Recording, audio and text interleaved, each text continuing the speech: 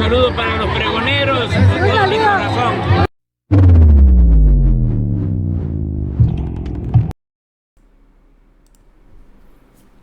Amigos, bienvenidos a una nueva transmisión más. Es un placer estar nuevamente con ustedes, servidor Irm Rodríguez, transmitiéndoles desde su canal Pregonero Informa. Antes de irnos de lleno a la información, si es de tu agrado, ayúdanos con ese like, compártela para que pueda llegar a más gente y se entere de esta información. De antemano te deseo tengas un excelente día. Nos seguimos encontrando en este maravilloso sábado 4 de febrero del 2023. Si me estás viendo por primera vez, muchísimas gracias por tu tiempo y por tu espacio. Solamente pido tu apoyo con la suscripción para que cada día podamos ser más en esta gran familia pregonera. Señores, vámonos de lleno a la información. Y es que estos expertos, analistas en economía, siempre terminan haciendo el ridículo. En esta ocasión, Leo Zuckerman invita a esta especialista en economía que simplemente pues le termina dando las noticias que tal parece que al señor pues no le quedó de otra que aceptarlo, y hasta termina diciendo: mis respetos para Raquel Buenrostro, que sabemos que ahorita está ya como secretaria de Economía y de igual ahí en Hacienda, porque han hecho un trabajo fenomenal en la recaudación de impuestos y de igual forma como debe de ser, ya no permitiendo toda esta corrupción y toda esta evasión que en sexenios anteriores simplemente era el pan de cada día, y la manera en cómo ellos querían obviamente disfrazar los ingresos que tenían con los egresos era abismal y recurrían a la deuda. También hay que hacer objetivos, porque aquí se habla con la verdad. Hay más gasto, pero no involucra el endeudamiento que vivíamos en sexenios anteriores. Lo que hay que alabar aquí es que gracias a las recaudaciones que se tienen, esto ha equilibrado. Y otra cosa, también hay que hablar de todo lo que hemos vivido en estos últimos años derivado de una pandemia, en lo que se ha recurrido, sí, también a apoyar o subsidiar más ciertas cosas que han evitado que la inflación suba de una manera catastrófica, de la que ahorita estuviéramos todos pues obviamente en crisis. Pero todo esto es a una buena administración que se está llevando, y no le queda al señor que simplemente alabarlo. Fíjense, interesantes datos para tomar en cuenta, para taparle el hocico a la oposición terrorista. Cuando empiezan a gritar que estamos endeudados y que Pemex es un barril sin fondo, pues aquí salen los argumentos sólidos. Y no es broma, señores, escuchen parte de lo que le dijo esta economista Leo Zuckerman, y de ahí se me hizo también grato pasarles parte de este programa en donde hablan sobre la situación que se está viviendo en el Instituto Nacional Electoral, y sobre todo de estos protagonistas, porque es lo que son, protagonistas. No están haciendo su trabajo como debe de ser, simplemente empiezan a estar ahí comparando a la Suprema Corte de Justicia de la Nación con el INE, entes autónomos, y la manera en cómo ambos han llevado el tema de diferente manera. Y el que sale mal parado es Lorenzo Córdoba. Pero vean todo esto, buenísimo. Escuchen. Valeria Moy, una de nuestras colaboradoras experta en economía, finanzas públicas. ¿Cómo estás, Valeria? Muy bien, Leo, qué gusto. Bueno, pues salió el tema la mesa pasada de si el secretario de Hacienda actual, Rogelio Ramírez de la O, está haciendo bien o no su trabajo. Y precisamente pues venía Valeria Moy a evaluarlo. ¿Cómo están las finanzas No públicas? me pongas en esa situación. Yo no puedo decir si estaba haciendo bien o mal su trabajo, pero sí puedo darte datos de finanzas públicas. Sí. Y la verdad es que hay datos bien interesantes. A ver. Hay gente que quiere leer todo positivo, hay gente que quiere leer todo negativo. Yo creo que no es así. Yo creo Sí. que hay cuentas muy importantes que hay que ver. Claroscuros, diría. Claroscuros. Vamos Ok, a empezar con el bien. lado de los ingresos. ¿Cuánto Sí. ingresó a la hacienda pública Sí. durante 2022? De entrada, ingresó 2.5% más que en 2021. Eso ya en términos generales es una buena noticia. En total. En total, ya estoy hablando de todo lo que entró a la hacienda pública. Pero tomando en durante cuenta que la 2021. inflación fue más del 8%. No, ya estoy hablando en términos reales. Ah, en términos Yo ya quité la reales. inflación. Ok, perfecto. Yo ya qué quité la bueno. inflación para Mira, no meterle ya, ruido. ya. ¿Sí? Muy bien, muy Entonces, bien. Sí. en ese sentido, es una buena nota, Sí. ¿no? Es una buena noticia Claro. que haya aumentado la recaudación en total, Claro. 2.5%. Ujú. Encima de lo presupuestado, Esto es lo recaudado. esto es todos los ingresos. Ah, Hay ok. impuestos y hay otras cosas. Es todo lo Todos que los ingresó ingresos. a la hacienda pública. Ok. Fue 2.5% más que en 2021 y 6.8% más que lo que habían estimado. Ah, mira. Por eso te digo, sí hay una muy bien. buena cosa. Sí. ¿A qué se debe esto? Yo diría que hay dos componentes importantes que hicieron que los ingresos estuvieran por arriba de lo estimado, que eso Sí. yo creo que es lo importante. En primer lugar, el precio del petróleo. El precio Sí. del petróleo se había estimado en $55 por barril y acabó estando por arriba de los $89 Sí, por barril. sí. Eso, de repente, te mete ingreso que no habías Sí. estimado. Entonces tienes ingresos petroleros que no tenías contemplados y te caen de maravilla. Perfecto. Y hay otra cosa que me parece todavía más interesante, porque mal que bien el precio del petróleo, pues es una variable exógena, ¿no? Se determina en el mercado internacional, Ucrania, Rusia, presiona el precio al alza, lo que tú quieras. La parte de recaudación por ISR y por IVA, impuestos que están directamente relacionados con la actividad económica, también se incrementó. Y eso ya sabemos cuánto creció el PIB mexicano durante 2022, ya sabemos que creció 3%.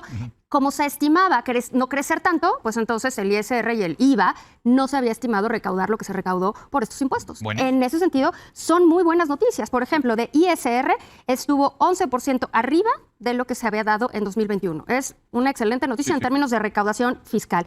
Y por la parte de IVA fue 0.8, no tanto, pero fue 0.8% mayor a lo recaudado en 2021. Eso me parece extraordinarias noticias. Y sabes que este gobierno ha sido bueno en eso. en No tengo recaudar ninguna cada duda. vez más, No tengo ninguna duda. La verdad, mis respetos a Raquel Buenrostro y ahora al cuate que se No quedó tengo ninguna empezar. duda en ese sentido.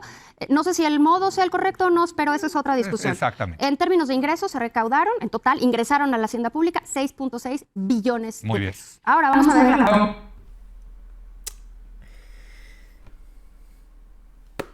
Pues ahí están esos expertos en economía, esos que son los todólogos, que terminan ahora sí, mis respetos, pero en su momento, bien que atacan.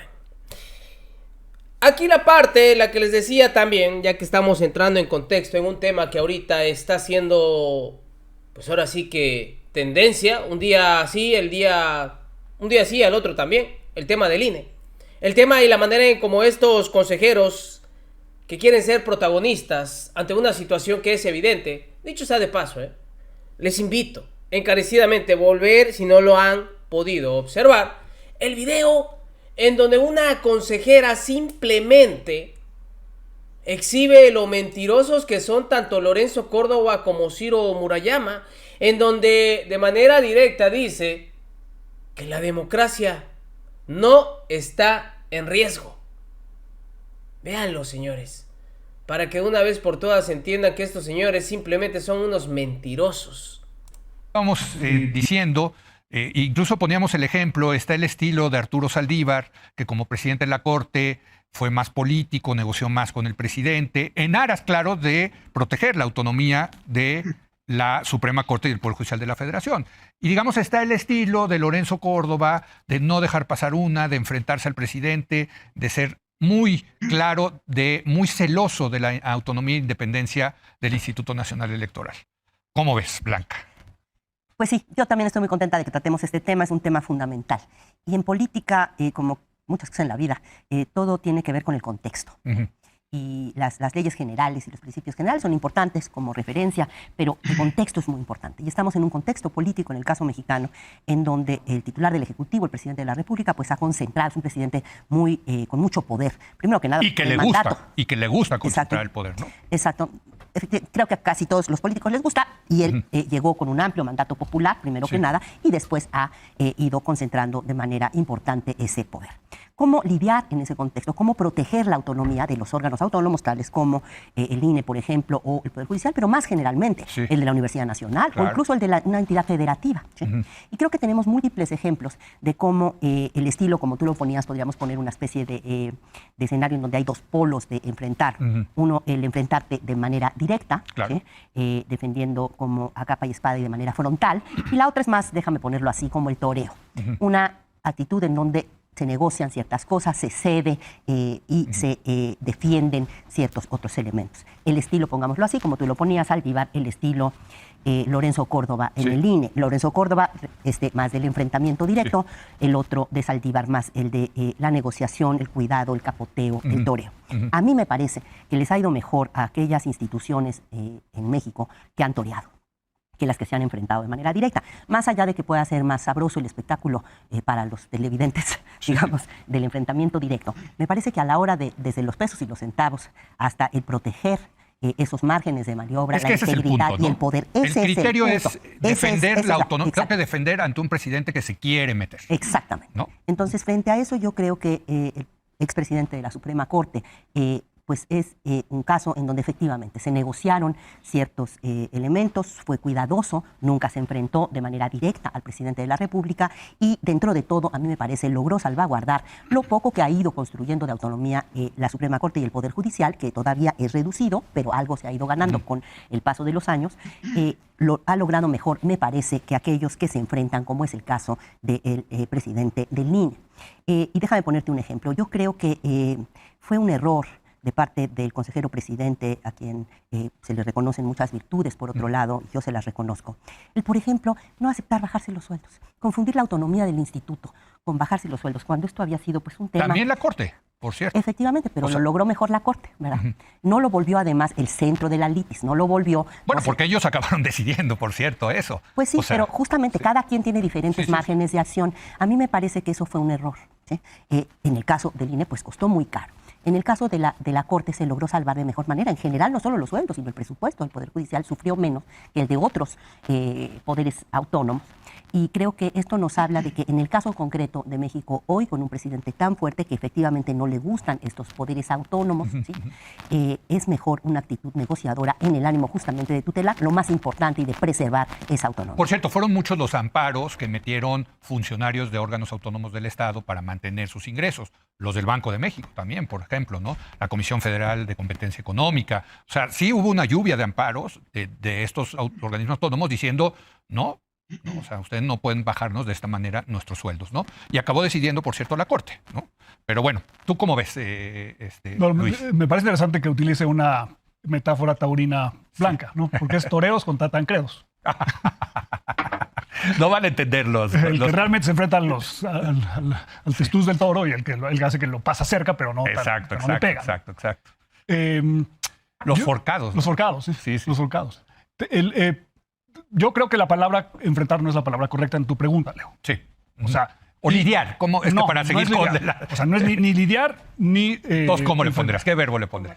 No, o sea, los órganos autónomos, el Poder Judicial, los secretarios de Estado, el consejero jurídico de la presidencia, porque también se aplica este mismo debate a gente dentro del equipo del propio presidente López Obrador. Secretario de Hacienda, por ejemplo. El secretario de Sí. Hacienda. Todos ellos. El Banco de México. El único criterio que deben tener es la aplicación de la ley. Ese es el criterio. Aplicar la ley. Si, por ejemplo, un consejero jurídico no le dice al presidente, señor presidente, la iniciativa de ley que está usted proponiendo es violatoria de la Constitución, está fallando a su encargo, que es velar por la constitucionalidad en el país, y decirle, señor presidente, si usted quiere este cambio, necesitamos la Cámara de Diputados. Sí, pero a diferencia, o sea, el presidente puede voltearse y decirle, está usted cesado, muchas gracias, no me sirve. No así a un ministro de la Corte, a un gobernador. El ministro de la Corte lo que tiene que hacer es interpretar si lo que está evaluando es o no...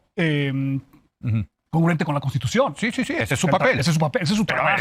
En la práctica, Luis, tienes razón, yo vengo a aplicar la ley, pero tienes un presidente que un día sí y otro también se está tratando de meter en los asuntos que solo te competen a ti. Bueno, porque es un presidente que tiene como estrategia. El presidente tiene solamente 30 prioridades, están en su página de internet, son muy claras. Sí. Y su estrategia es me canso ganso. Sí. O sea, esto lo vamos a hacer y no me vengas con que la ley es la ley. Entonces, ¿qué haces frente al me canso aplicar ganso? La ley.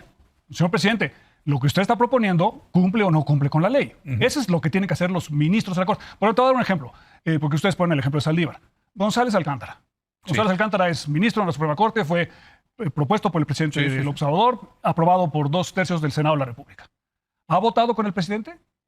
No. A veces sí, a veces no. No, pero no es uno incondicional. No, él ha votado su conciencia con respecto a la Constitución. ¿Es un buen ministro o un mal ministro? Muy buen ministro. ¿Es forcado o es torero? Es un muy buen ministro. Es un buen ministro. ¿Por qué es un buen ministro? Pero a ver, ve a Lorenzo Córdoba. ¿Cómo lo pondrías ahí? Bueno, Lorenzo Córdoba es un poco distinto porque Lorenzo Córdoba no pasa juicio sobre las acciones del presidente. Algunas, sí, ¿no? El Consejo General del INE toma algunas sanciones para actos anticipados de campaña, pero esa no es la litis más importante.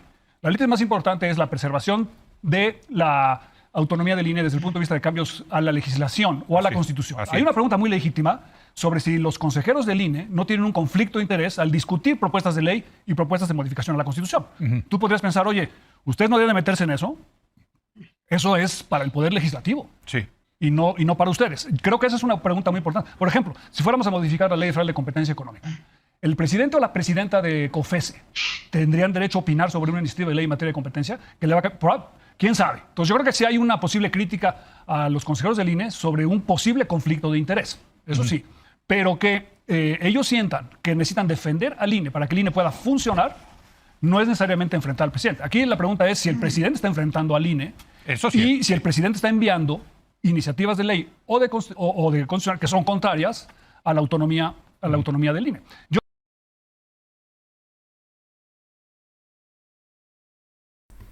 ¿Ustedes qué opinan, señores? Dejé correr, como acostumbro, toda la conversación sin borrar nada. Obviamente, cada quien tiene su punto de vista y ahí está. El INE ha sido más que claro, y sobre todo su presidente, cuando se les pidió el tema de reducirse el sueldo, si es que realmente están del lado de la ciudadanía, porque eso sí es una verdadera mentada de madre y hay que decirlo, el sueldo que ellos perciben, se meten con amparos y así otros entes autónomos. Entonces, ¿de qué estamos hablando? Si vemos que la mayoría de los sueldos que tienen los mexicanos no se comparan ni tantito a los de estos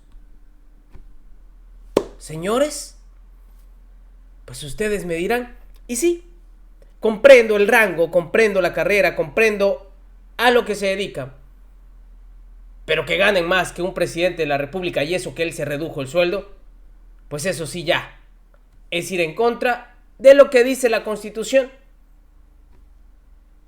Y sobre todo el tema que se está manejando ahorita, en donde vemos a un consejero que simplemente se dedica, en vez de hacer su trabajo, a hacer una campaña de odio en contra de un partido, pues yo creo que desde ahí ya acabamos con la democracia.